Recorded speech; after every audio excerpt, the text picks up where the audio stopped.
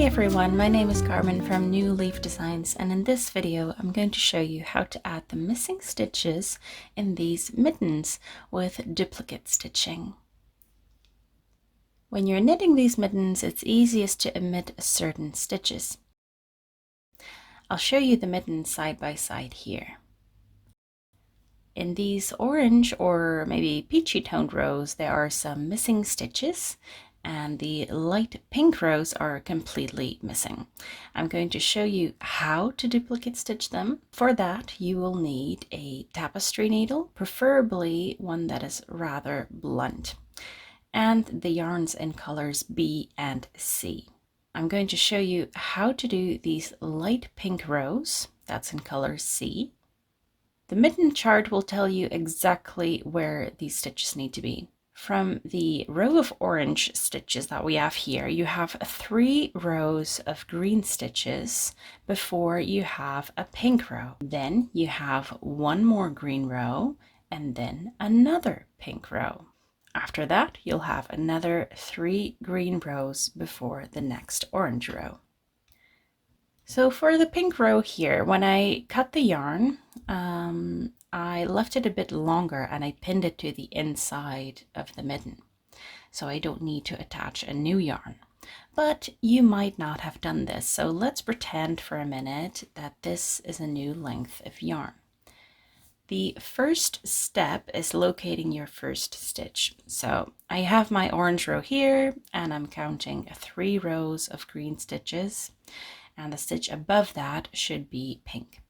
I'll insert my needle from quite a distance into the work and come up right under that stitch. You'll leave the end hanging here until the end. And because we left quite a distance between that and the actual stitch, it won't get tangled up inside of your work. I'm going to thread my yarn and locate my first stitch, and I'll hold on to that and just take a look at the inside of my work so I can see roughly where I need to be. Then I'll weave through the floats so I don't have a long yarn tail on the inside of my mitten. And then I'm coming up to the outside and pulling it through. Just checking on the inside if I didn't catch anything. Yep, all looks good. And it's really easiest to do this when the top of the mitten is still open. And I know that might be too late for you. With duplicate stitch, you're basically tracing a stitch that is already there. And I apologize because this might be a bit difficult to see on this dark green. I'm just seeing actually that I need to start 2 stitches to the right. So I'm going to move my yarn and I'm counting from this orange stitch. I'll just do this first stitch and then show you properly on the second one because that will be easier to see. So again, I'm counting to see which orange stitch I need. So it's this orange stitch and I want my needle to come up just below it.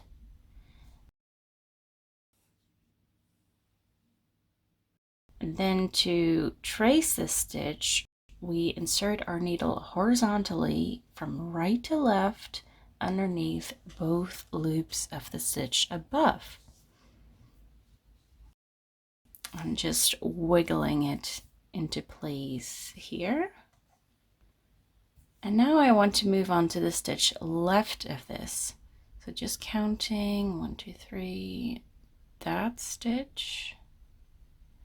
Just because from one color to the next, it might seem slightly different height.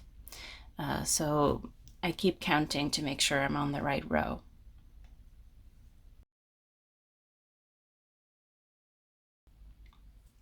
So I'm inserting my needle below the current stitch and I'm moving 1 stitch to the left and then coming up in the same place. Then look at the stitch above and insert your needle underneath both loops of that one. And really what you're doing is the same on both sides. So we're going under 2 loops at the top here. And then at the bottom, we're also going underneath 2 loops, even though there are 2 loops of different colors.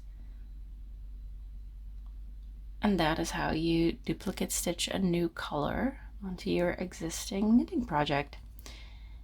You don't want to pull too tightly because that might make your mittens narrower, it might distort the fit a little bit, and it will also make your added stitches more difficult to see. Another tip is to always hold the inside of your mitten as well, because you really want to avoid sewing both layers of your mitten together. For the pink rows, you want to duplicate stitch the entire rows except for the thumb. And for the orange rows, you'll only need to fill in the gaps here where there is a green stitch.